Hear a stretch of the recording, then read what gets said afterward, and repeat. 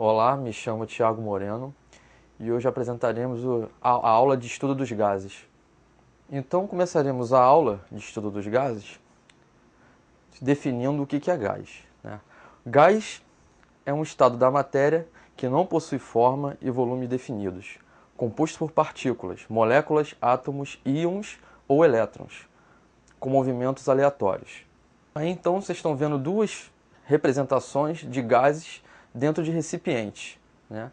E as partículas se movimentando aleatoriamente, né? Batendo na estrutura dos recipientes e gerando um movimento que a gente chama de movimento aleatório.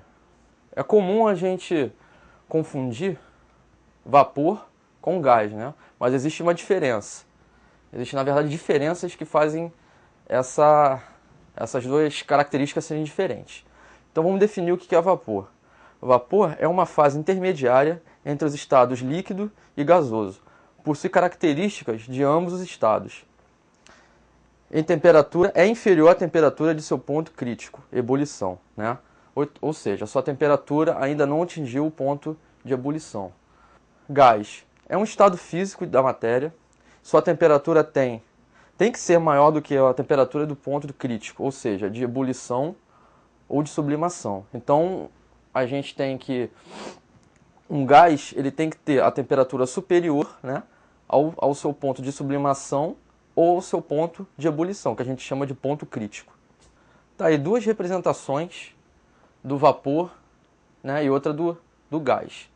A gente está vendo aí uma chaleira emitindo, né, um vapor, ou seja, a água está sendo esquentada e a água está mudando de estado, né? Mas entre esses estados, líquido e gasoso, antes ela vira vapor, né?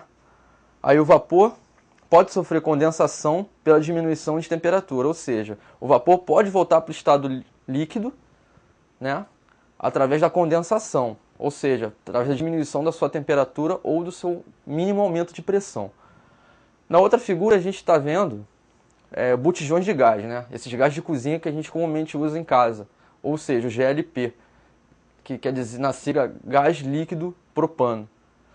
Só há uma forma da gente transformar gás em estado líquido, ou seja, sob uma pressão altíssima, né? Dentro desses botijões de gás, o gás fica submetido a uma pressão altíssima que transforma ele do estado gasoso para o estado líquido, facilitando assim a sua armazenagem.